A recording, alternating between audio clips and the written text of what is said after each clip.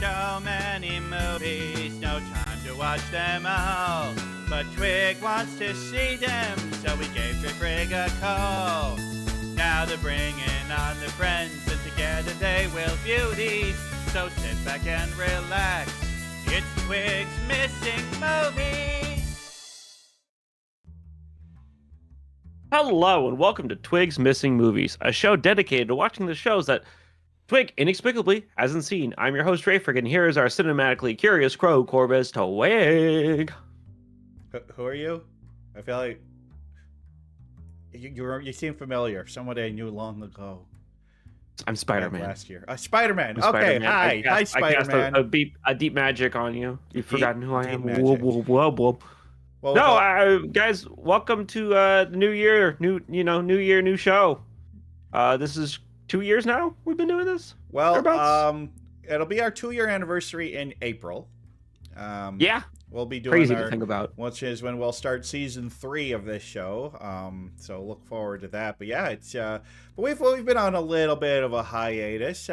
Big things are happening. A little bit longer than we wanted. Yeah, but big things have been happening in Drayfrig world. I mean, you should see on Drayfrig's channel, this beautiful lady showed up and did like a stream, and oh, she's so gorgeous, and It's me. Surprise. Your gender has Scandal. Your gender so fluid. It comes with the territory being a shapeshifter. I don't mean to brag or nothing, but just kind of at whim. I'm a shapeshifter too. Watch, see, I'm gonna shift shapes. See, now I'm slightly squatter, and now I'm back up again. See, isn't that amazing? Wow. It's like two different birds. It's like two different birds. So like, oh, back to this. Oh my one. God. And I have this one. It's like those incessant Facebook ads of like before and after I tried the liquid only diet.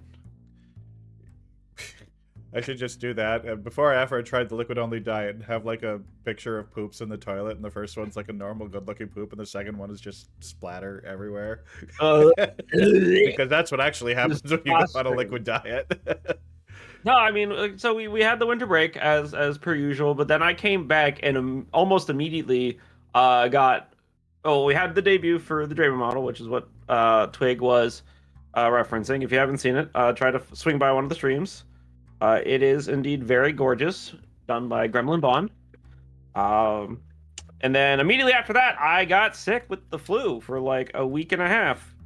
Followed by the start of school. I missed the first week of school, so I've been catching up feverishly. Literally.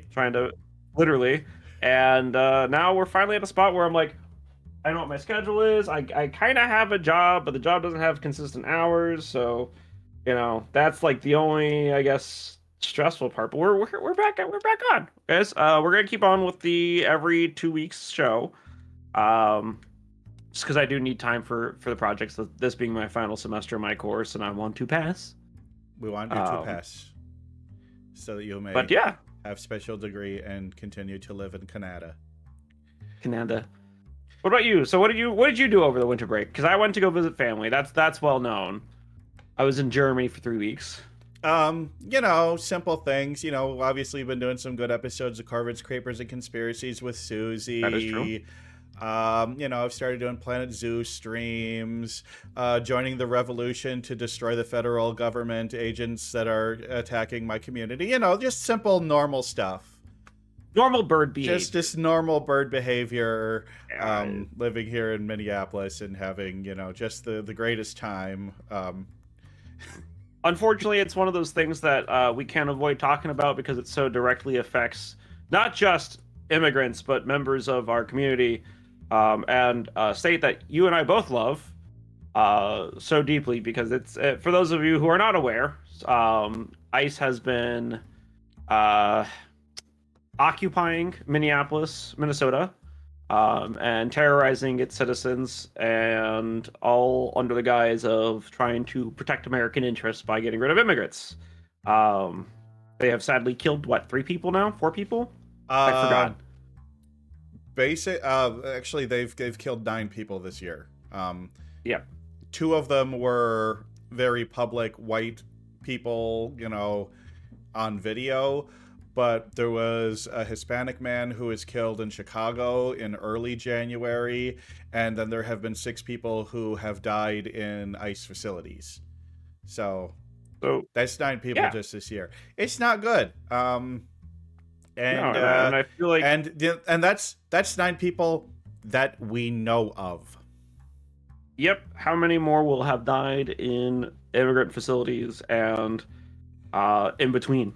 I mean, we know that they're just dumping people in the middle woods, Yeah. like, and hoping they don't get found again or they die in the woods. It's awful shit. So resolutely, I think I speak for both Twig and I when I say fuck ICE. And if you support them, leave. We're not. Get the fuck we don't out. want. Yeah, we don't want you here. But one That's thing, not what we're here to discuss. well, we're today. here to discuss because as much as we like to think this is unprecedented, this is not new. Violent government oppression of people is baked into the core of this country and goes back hundreds of years to its beginning, and things have actually been way, way worse in our past, especially if you are not white. And one of the stories is of the antebellum South, or I don't know, like the South and how black people are treated, and that's how this month we are focusing on black creators, and this month, in conjunction with Black History Month. Black History Month. Happy Black History Month. Happy Black History Month. And so we're covering from what I've heard is a very important Black history movie. We are covering the movie The Color Purple, which is the Prince movie, I think.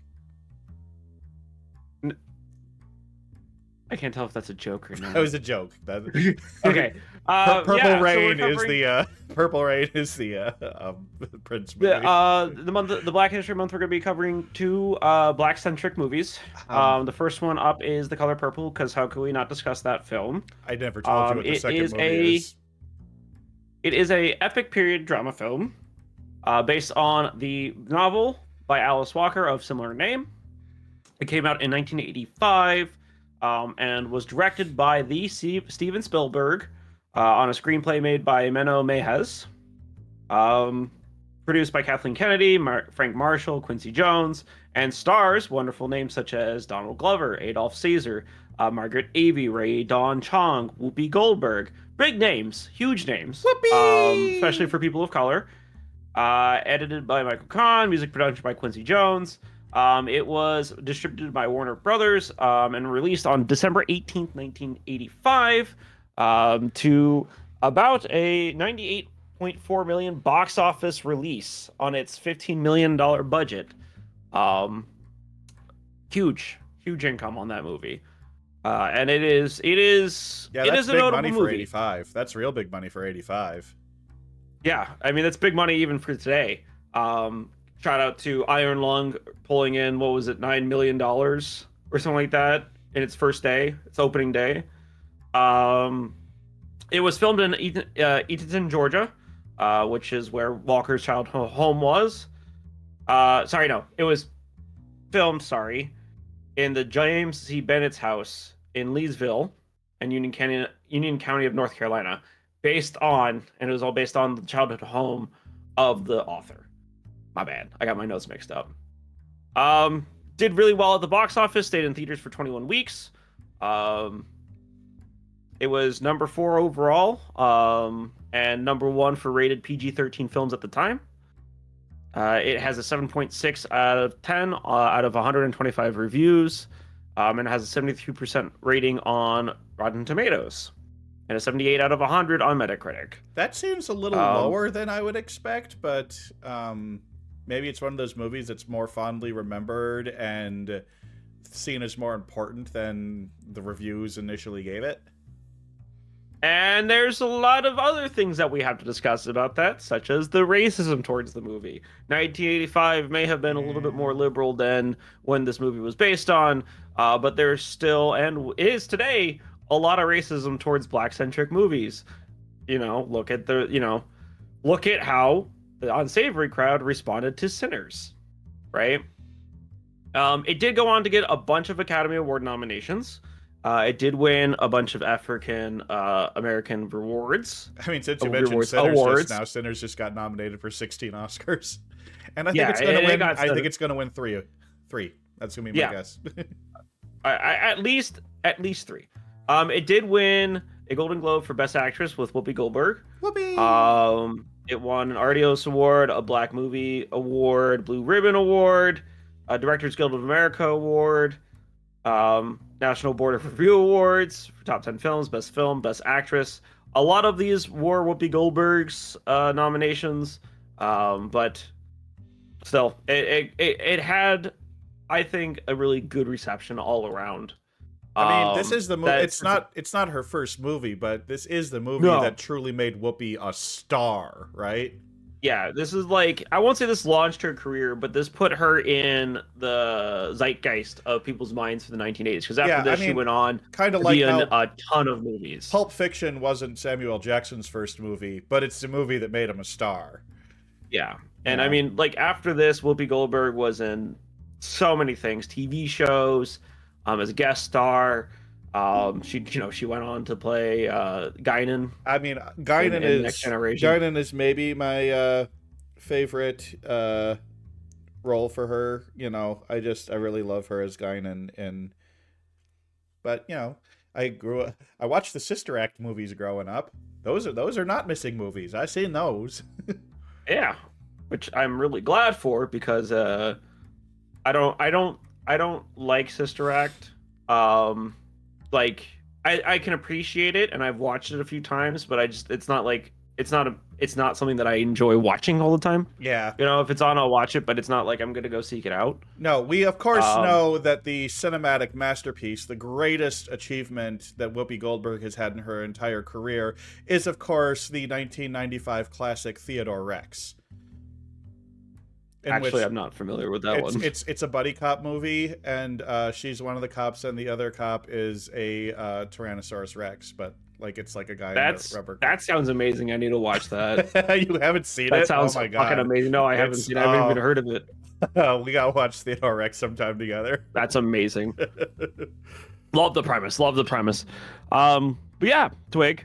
With all that in mind, I have to ask why you haven't seen this. Have you read the book? I have not read the book. You weren't like you weren't forced to read the book growing up in like high school or anything like that? Nope. I mean, this does feel like a book and movie that should have been covered at some point in my schooling, but it never was.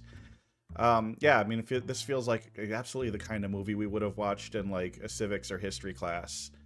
But no, we never did. And you know, my group of friends is just like, it's not like, hey, we're hanging out, what should we watch? Let's throw on The Color Purple.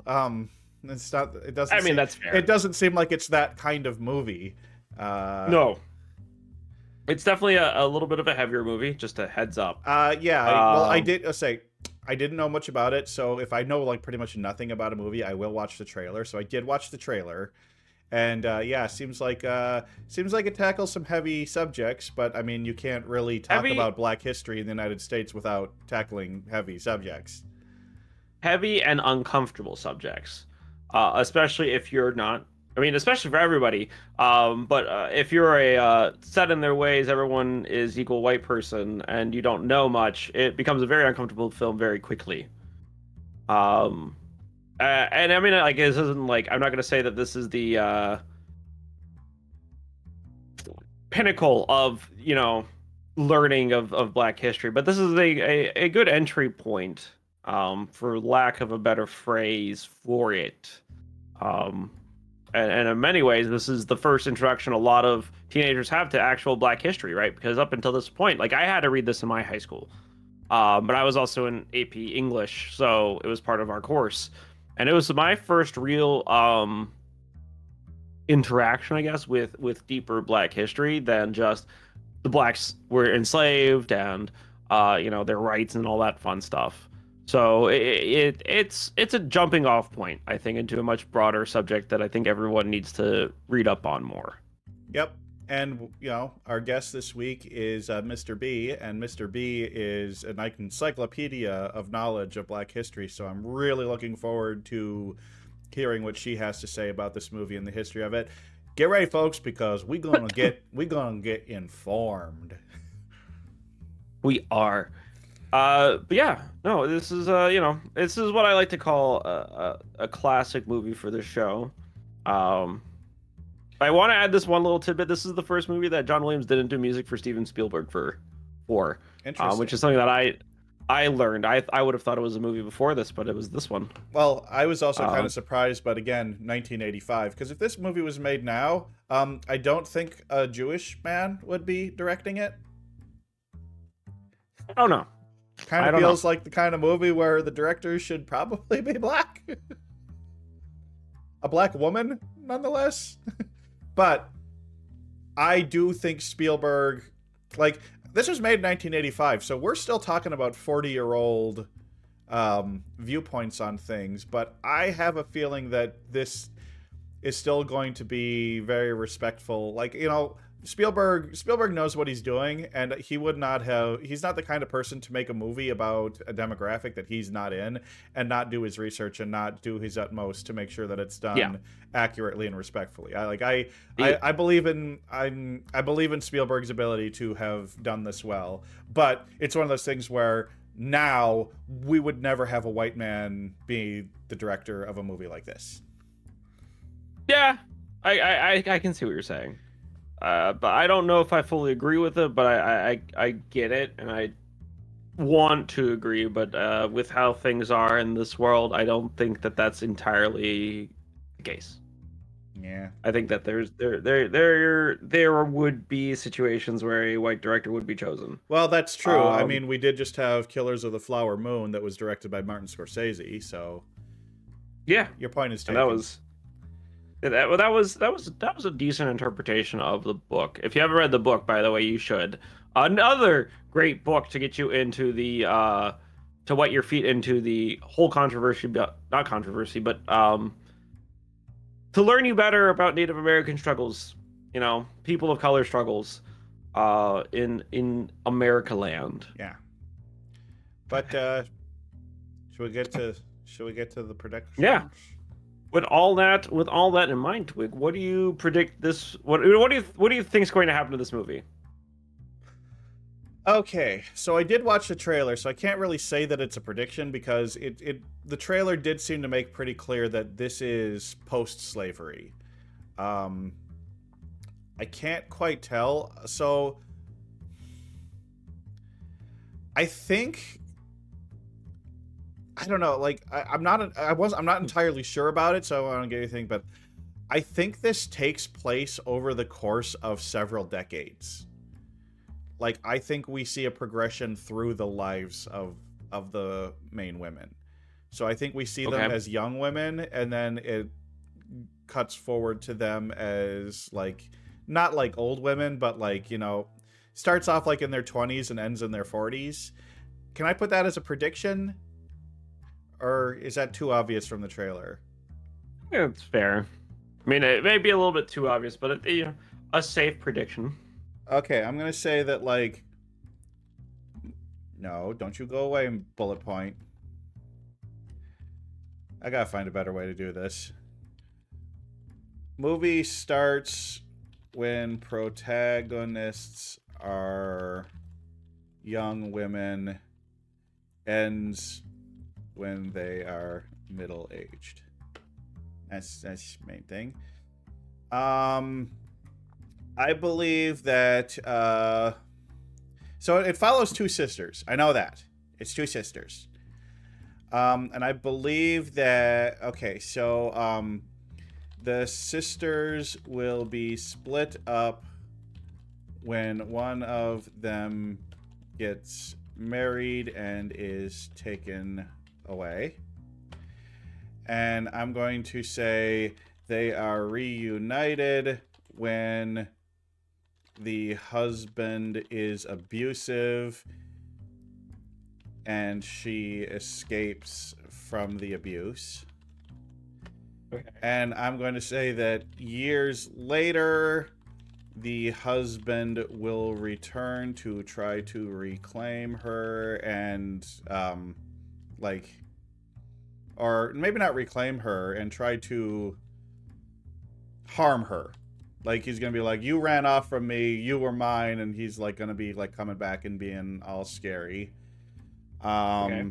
Like an abuser. Yeah, you know, as abusers do, because abusers are abusive.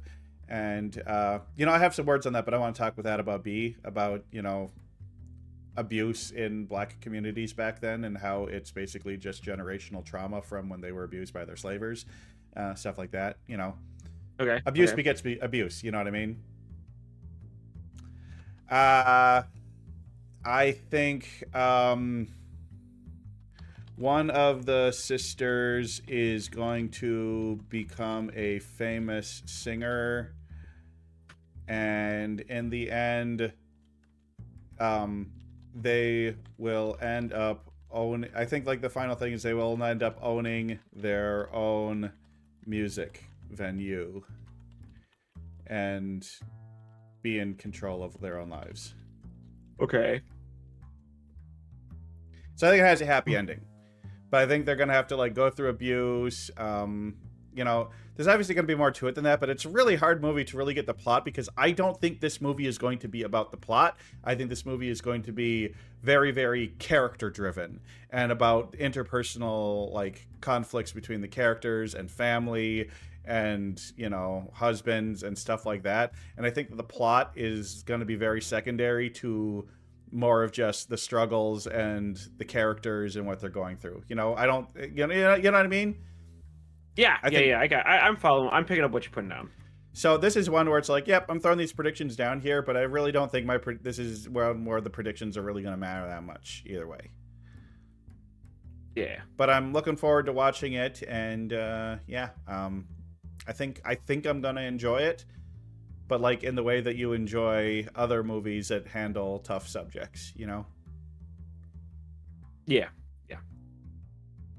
Right, well, with all these predictions in mind, all we have left to do now is watch the movie. So sit back, relax, and we'll be back in Snap of Our Talons. Snap! Ow!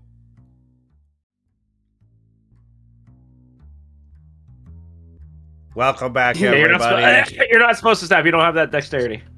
Look, what are you talking about? I got dexterity in my talons.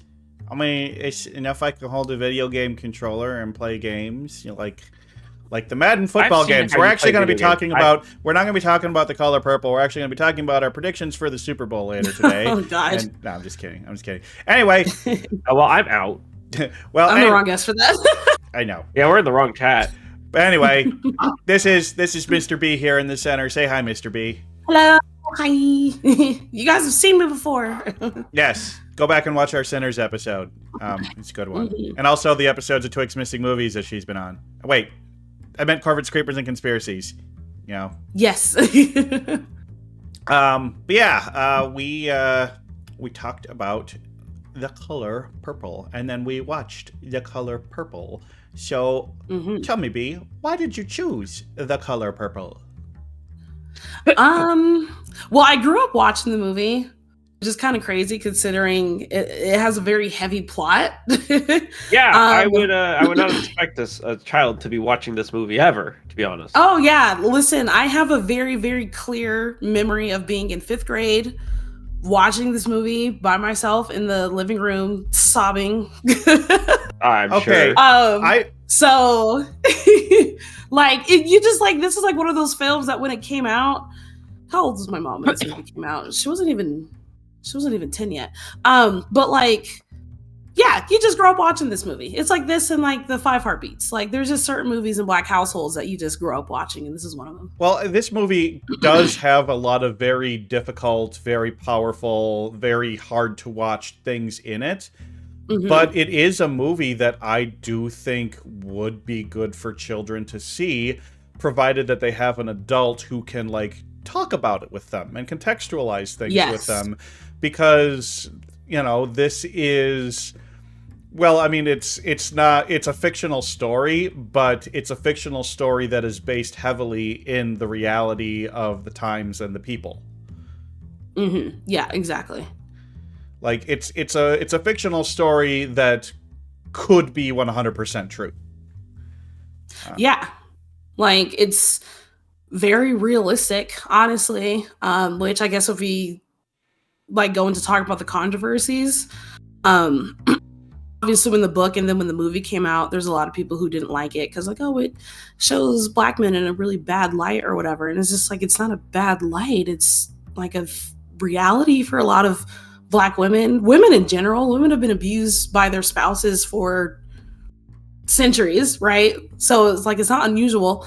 And that's also like not exclusive. It's every race has a problem with abusing their wives, you know, so it's not like a specific black man problem. It's a patriarchy problem. But yeah, it's a patriarchy problem, exactly. But when it came out in the 80s, they were just worried like, oh, well, this makes black men look bad. And it's just like, no, because you're also, by saying that, you're also 100% denying the reality of a lot of women. Like, if I ask my grandparents, my grandmothers, I know they have stories, right? So I'm like, this isn't, it's not a bad depiction. It's a true depiction, if I'm being honest, you know?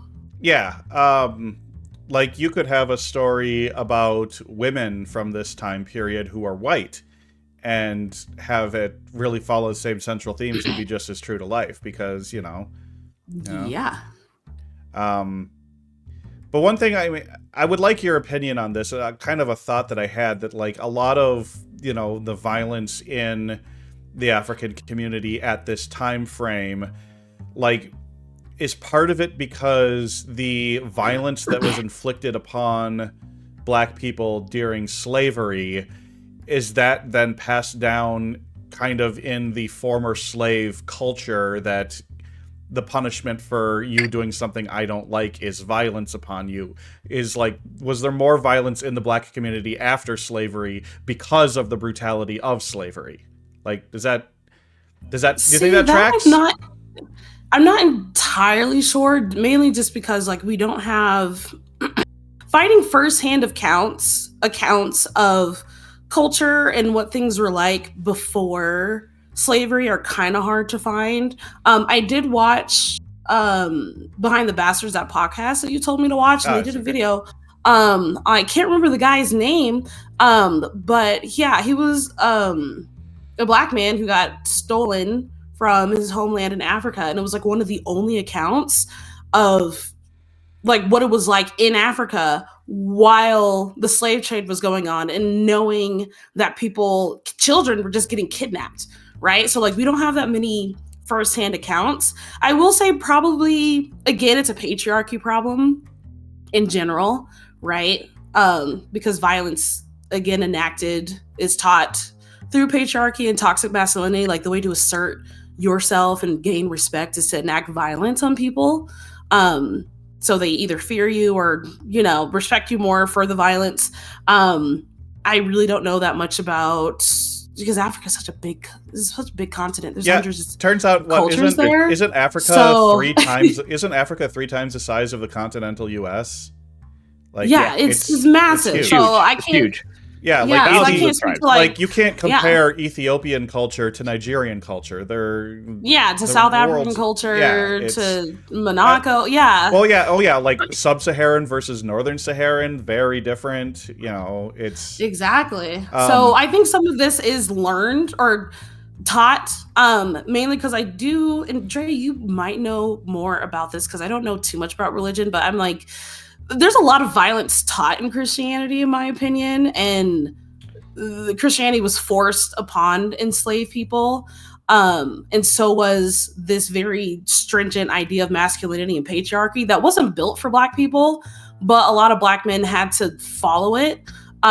So, you know, that's where some of the violence come from. And then, of course, you have generational trauma. I think that manifests itself more in how you treat your children than your spouses. But they did say children who are abused are more likely to abuse their or children who are spanked as like punishment are more likely to be abusive to their romantic partners. Well, yeah, when you grow up, it is all connected.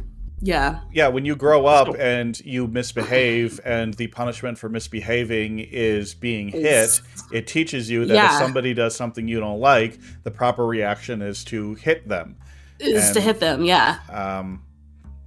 and yeah, it's so there's a lot to be said about the introduction of violence into families from religion. And there is a certain amount of it that like current manifestations of abuse and abuse at the time definitely stemmed from religious beliefs, reinforcing those things, those horrid things.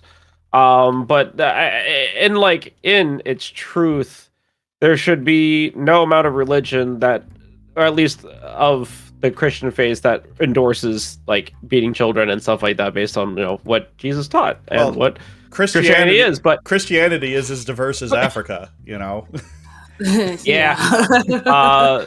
And a lot of what I would consider to be corporal punishment type vibes definitely is created and reinforced by the Protestant aspects of Christianity.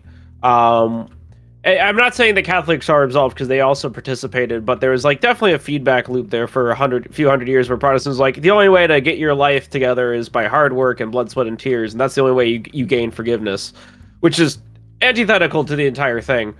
But like I grew up in actually pretty liberal Lutheran church, and the idea, like we didn't talk about corporal punishment, and it was definitely. I actually grew up in a pretty good church. Like as far as churches go, mine was pretty good. Not the fire and brimstone, and so I guess I'm fortunate for that. Not every religion and not everybody's gonna grow up with the same story. Yeah. Of course, right? Of course, now I'm a Satanist. Hail Satan! But what are you gonna do? Yeah. But I think a lot of the talk and the showing of abuse in The Color Purple definitely stems from the cycle of violence where control is only gained through corporal punishment and abuse. Right? We see it happen with Cece. We see it where Harpo tries to enact it on Sophia. Much to his chagrin, because she doesn't put up with that. But eventually, it does come back around on Sophia in the form of the greater power, in this case being white people. Yeah. Right. Mm-hmm. But I have to say, Sophia was my favorite character in this movie. And yes, Sophia's great. I gotta say, like, I wasn't expecting such a great performance from Oprah. It was her first acting. Okay, I don't know if it was her first, but I'll believe that it was. But I mean, I have to say that was. I mean, I would say that was a character, because to see her go from somebody so strong to just becoming a shell of her former self. At the scene in which I pointed out, and you didn't tell me that this was a Christmas movie. I'm gonna hate you. It's a Christmas movie. It's a Christmas. I'm gonna hate you. Yeah, the Christmas tree. Go for Christmas. Yeah, the character is great. Yeah, Sophia's story. It's just like this story just highlights. It's just women. It's a coming of age story. I do wish that Black women got lighter coming of age stories, because we don't have many. But at the same time, a lot of people like this movie because it's kind of relatable. Not relatable for me, because I did not experience abuse like this. But like in the early 1900s, again, where there weren't any there weren't any laws protecting women from violence against their husbands, from their husbands. There weren't any. So this is the reality that women just had to live in, to be honest. Yeah, we keep finding out that it's like Texas outlaws maritable rape in 2018. Yeah, which I think majority of the country had outlawed that already in like the late 90s. Something like that. But even then, the late 90s is so fucking late. It's still late. It's still extremely late. It is. There is a technicality in California law that you can still have slaves, by the way. And they've tried to get rid of it multiple times. Colorado got rid of ours. It's out of our constitution. So it's still technically legal. Obviously, there is the social pariah of it, but it's still technically legal in a lot of places. Well, as a punishment for a crime, I mean, prisoners. Yeah, as punishment for slavery.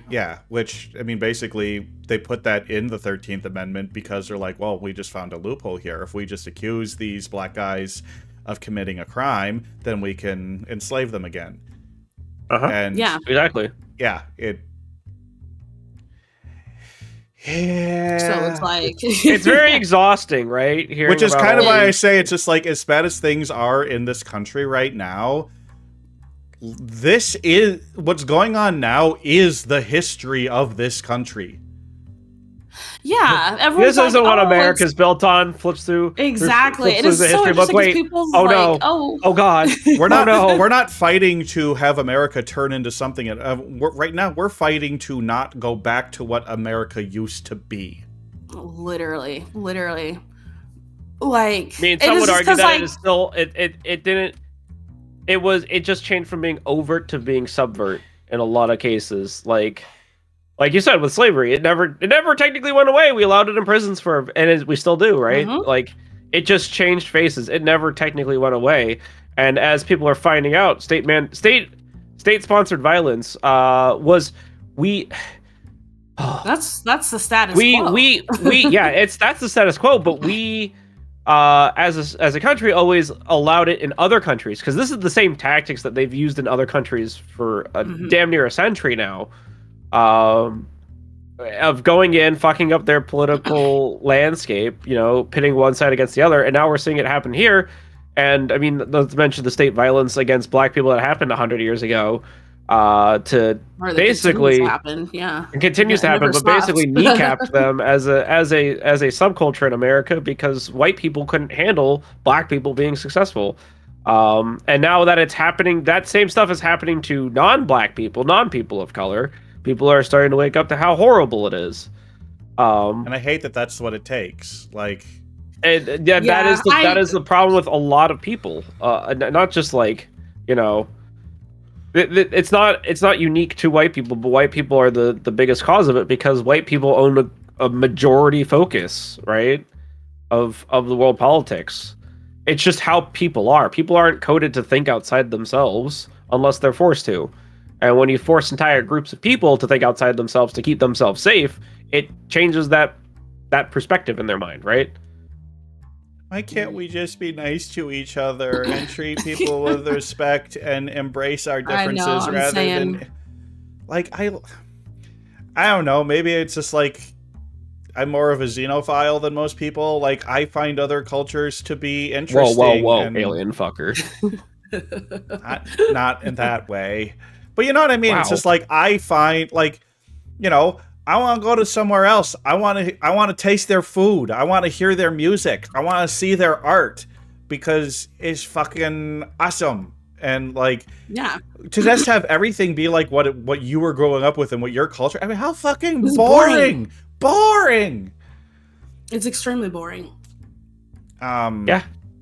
And I would say that on the whole, most people are willing to try things, but people won't see it as this is someone else's culture this is their culture, and these are people that live and breathe outside of me sense. They'll think of it as an object to like a novelty, like it's just a novelty. Yeah, like a novelty or an objectified version of it. Like, think of, like, right now, I mean, for example, Japan has had issues with tourists being awful towards the their local canceling citizens, of the Cherry Blossom Festival in that one town. Yeah. Because and I mean, like, I'm not just saying this about white people. Chinese tourists have been particularly awful towards Japan. Indian tourists have been particularly awful towards Japan. Well, I mean, because they see Japan as a novelty to be visited And upon, not like rather than human beings who live there and work there. And but like, it could also be like an hey. rural versus an urban versus rural divide, because I bet a lot of those tourists that were acting terrible, they're going to a rural town and they're a bunch of inner city people from Tokyo or Kyoto, and they're going up to a small town which has a different culture than they're used to,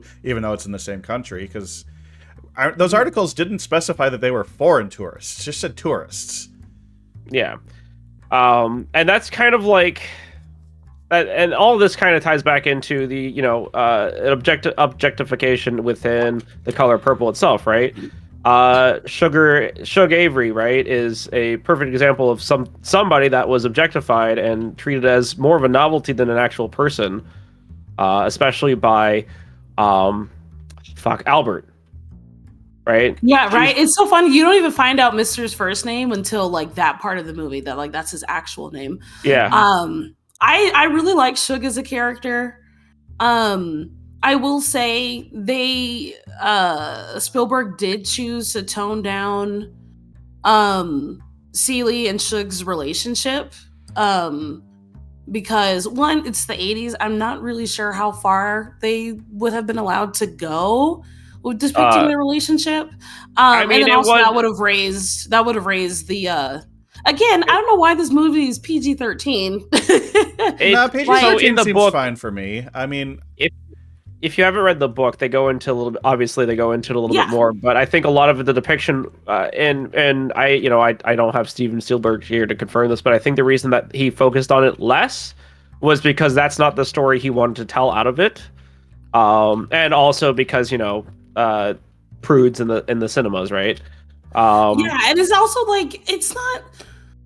So it's not that it's not. It's heavily implied that Celie most likely is a lesbian. Most likely she is.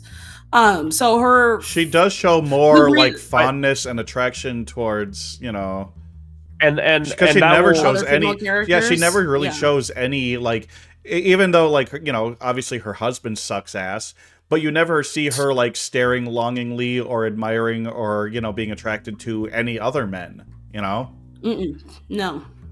And I think also that there's a conversation to be had too about nature versus nurture with gayness, right?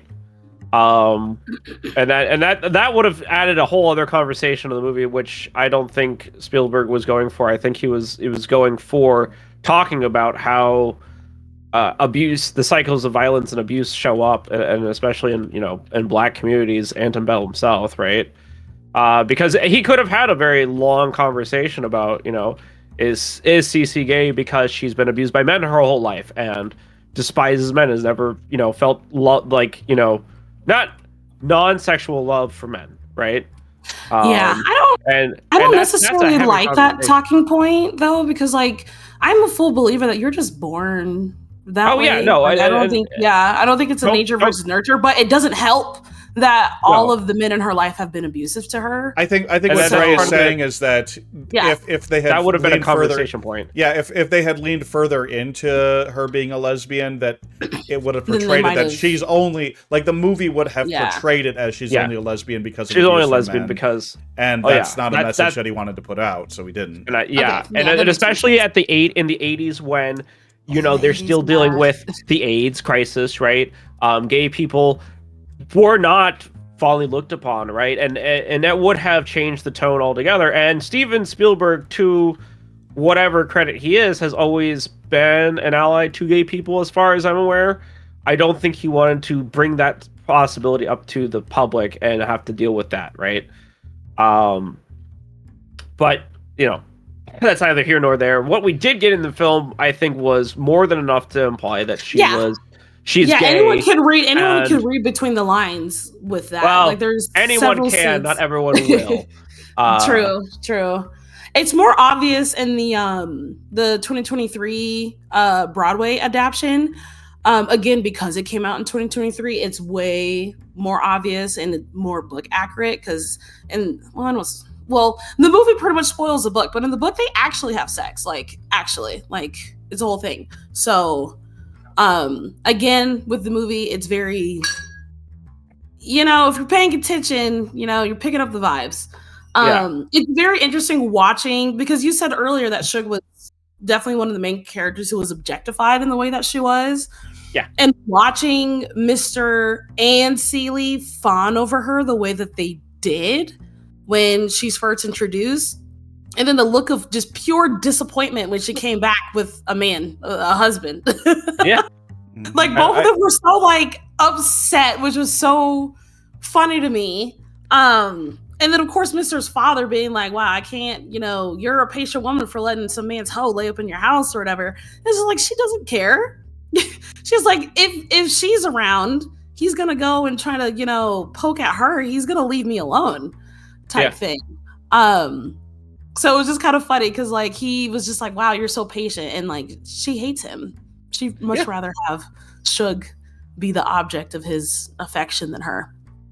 No, Hasia, her reaction, I'm not sure if you guys remember, but when they were running down the stairs and Suge shows up with her husband and Celia's like, oh no, we have cold. And she's nudging Mr. to pretend to cough.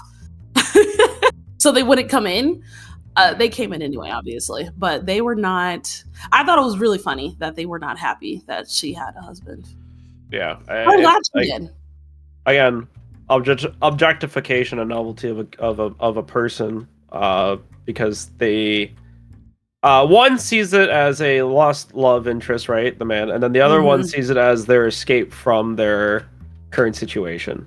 Exactly, and it's like Suge really, because Suge was really mean to Silly initially, but of course as they grew closer, she wrote that beautiful song for her. I love that song. Sister. Yeah, it's such a good song. And then like she's putting her in her dresses and telling her like, don't hide your smile. Like she was everybody like, the that whole was what movie Nettie was would have been. Everybody the whole Nettie, movie like, calling everyone in the whole movie was calling Celie ugly, and I'm like, she's not. No, she's not at all. She's not. Like, have her forbid someone just look normal shit. Like, you don't have to be like drop dead gorgeous. Like, but no, it was just like their relationship was beautiful. Her relationship with a lot of the female characters was really good. Cause like this movie overall is really sad, but I think the high points like really make up for it. You have to have the moments of triumph and like, yeah. Or else this shit is too depressing to watch. I think that's kind of the point though, is that these high points, you know, for Cece and her character are normal everyday occurrences for everybody else, right? And she only gets to experience those good things in glimpses, right? And it's not necessarily that they're victories attained through any like hard work of her own, not like all the time, right? There's obviously cases where it is her victory, right? But where these little like islands, oasis of, you know, oh, this is what normalcy looks like, is what's being showcased, right? An abused person sees these glimpses every now and then, and in the film I get that vibe, right? You pick up that vibe that an abuse victim rarely gets nice moments that, you know, not necessarily, you know, well, what am I trying to say? Well, that normal people would get every day, like the letters, you take for it example, for granted. right? Yeah, like the letters from her sister, right? Her finding out that there's a whole stack of letters from her sister from numerous like years, almost decades, right? Yeah. That he hid from her, right? And the despair, the joy she felt from that, finding it out and finding out that, oh my God, I'm not alone, right? And then it culminates in the end, and them finally reuniting and her getting to meet her children and her tears. having a much better life, Tears. like by that point too, because she like finally snapped out of it, right? That those letters gave her the strength to get out of it. And her we start seeing Suge. I feel like the because Suge gave her the confidence, and then also just like the space to actually like the community that you get with other women and like just like womanhood in general is so important, because a lot of the time abuse victims cannot escape by themselves. You cannot. Yeah. Like you need a community to do so. That was like the only way that she was able to get out. I think it's important for men to be able to have women as friends and to have them as, you know, a friend, like actually see a woman as a friend and respect them as an individual, because sometimes, you know, if somebody is going through abuse, you know, it's great for them to be able to rely on other women, but they should sometimes need to be able to rely on all the people in their life. And it's important, I think, for men to be aware of what the women they know are going through and to see them as people and to be there to, you know, if they see, you know, if like, you know, if like maybe I'm out with my girlfriend and we're with another couple and I see the man is like doing stuff to the other woman, like luckily this has never happened because, you know, my friend's great.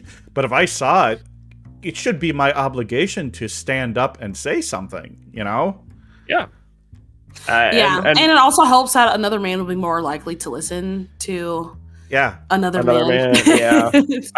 like I said in our political, I can't remember if I posted. I may have typed it, but I forgot to maybe hit send. But one of the things that I always advocate for is that a lot of people say that, you know, having women friends helps change their perspectives. And I think, you know, that can be true because a lot of men aren't introduced to better thinking by other men, right?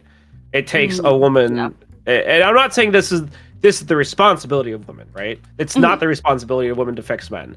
But I'm saying that if you are an enlightened man, let's use the term enlightened here, right? For lack of a better term, you have a duty to help enlighten other men, because other men will listen to other men a lot more frequently than they'll listen to a woman. And you know, I try to keep my male friends in check that way.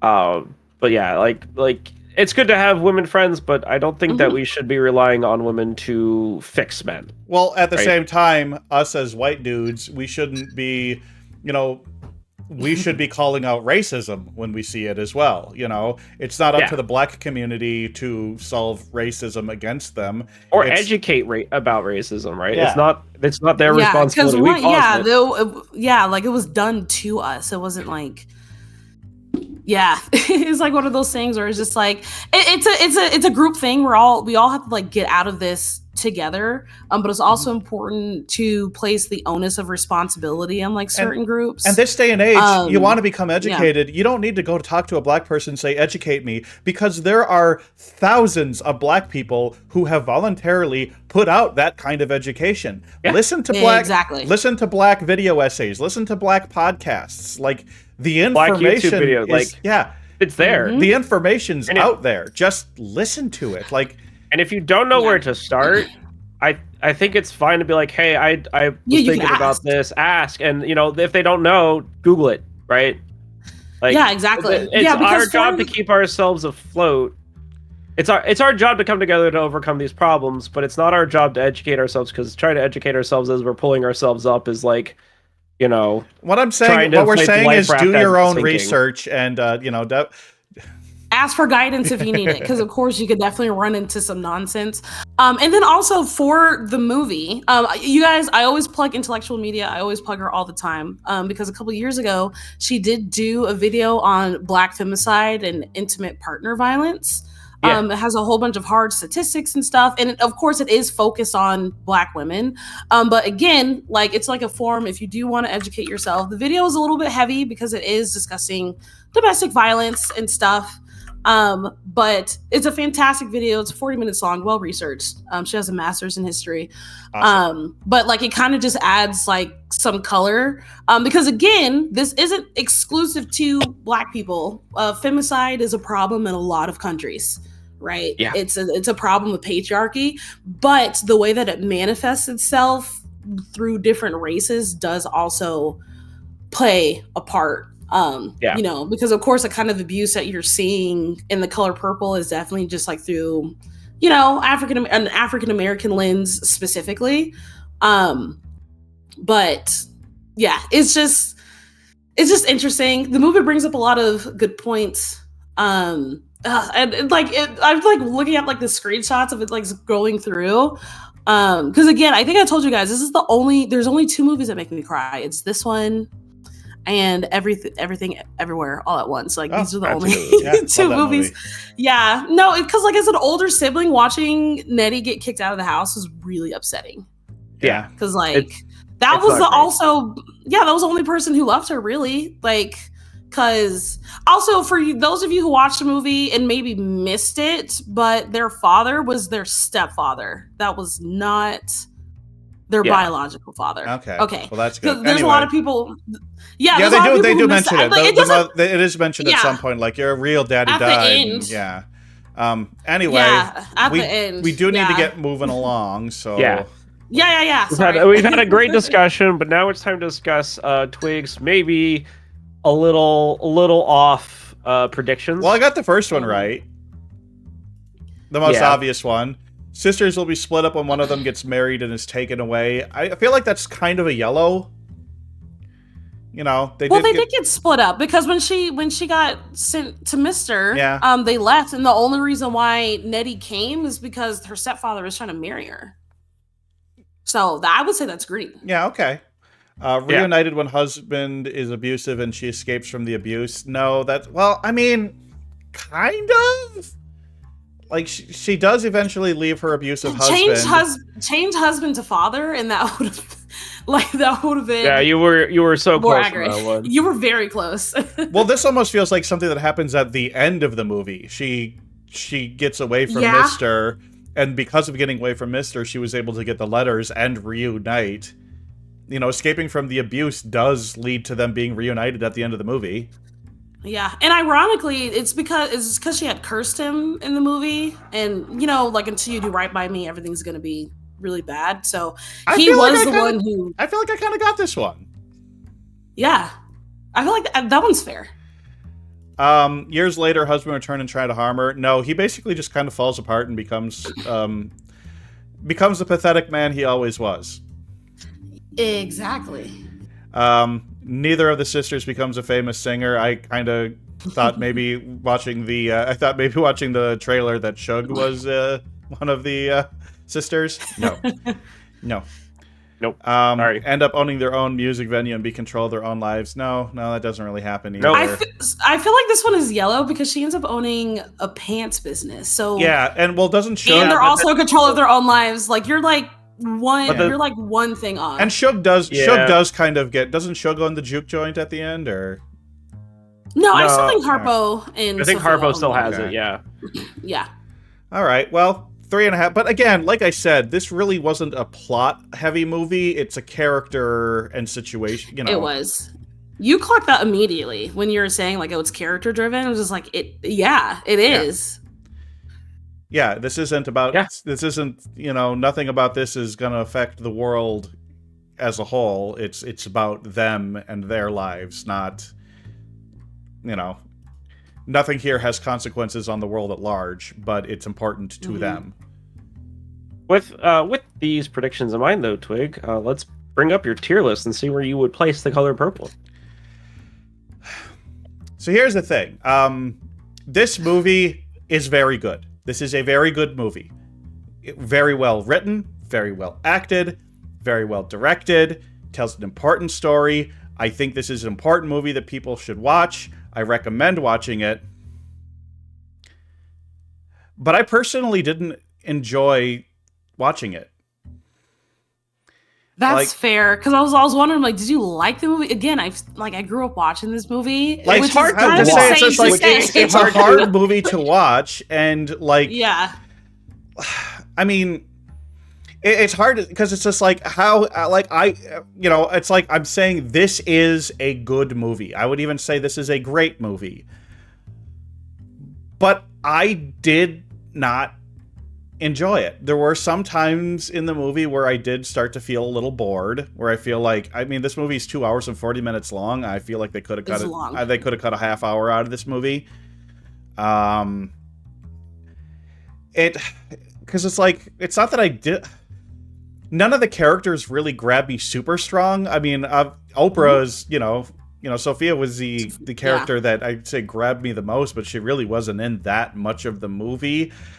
The performances are great. The writing's great. It's just like, but in the end, like, saying you enjoy the movie, it sounds a little sadistic. I do enjoy the movie. But do you think it's a good movie? I mean, so like, I don't watch it that often because it's really heavy. And again, every time Nettie gets kicked out, I sob. And then when they reunite in the end, I sob. But like the ending alone was so strong. Like they're finally together. It was so good. But like I have to think of, like, I'd say the other movie that we've covered on this podcast. Sure, let's call it a podcast. It's a video podcast. That I would say most closely resembles this in terms of like how it made me feel and what it was would be Grave of the Fireflies. Where Grave of the Fireflies is not a fun movie. But I enjoyed Grave of the Fireflies significantly more than I enjoyed this. So I'm not going to put this in great movie. It's obviously not dumb fun. But like, I don't know if I wish I could put like a little asterisk. Like I don't know if I can put this. I don't know if I can put this movie in the enjoyed it column, because the truth is I didn't enjoy it. I think it's an important movie, and I think people should still watch it. So it's like, it's one of those things where it's like, I would recommend this movie, but in the end, I have to say I did not like it, and I feel bad for putting it here. It's obviously going at the top of this list, but it's like I didn't like it, but with an asterisk that I still think it's great. And that's the best I can. Look, this is. I think, given your reasoning, that's like the best category that you could put it in. You know, because like you don't just like casually suggest like, let's watch The Color Purple. Like, no one does that. The did not like it category. That's what this is for. I guess Insidious. Yeah, but which like, is crazy that Mean Girls is also in there. Which is again, Mean Girls is another movie where I can see why other people like it, and I can see why Mean Girls is popular, but I didn't personally like it. Just because you don't like it doesn't mean it's bad. Yeah, exactly. Yeah. I mean, I also put The Last Unicorn and I didn't like it in first season. You know, it's just like, just because I didn't like it doesn't mean it's bad. Like I said, The Color Purple is a great movie that I didn't like. And yeah, I could have. Again, it's a hard movie. It's a hard movie to watch. I think because I've seen it so many times. It's and maybe I just felt happen. I get used to it. Maybe I I just felt there was just too much misery in it. And I would have liked a bit more. What about the good parts? There's a lot of good parts. I would have.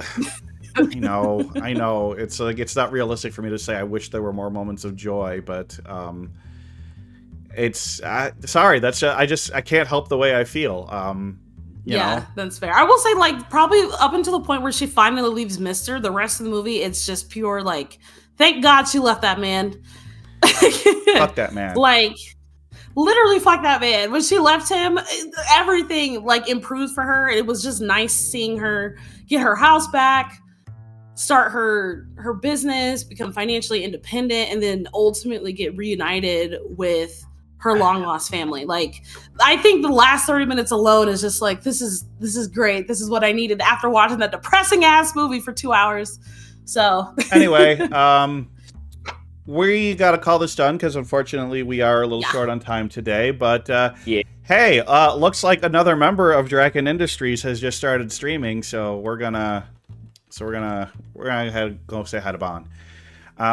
Ooh, perfect. But anyway, anything you want to plug before we get out of here?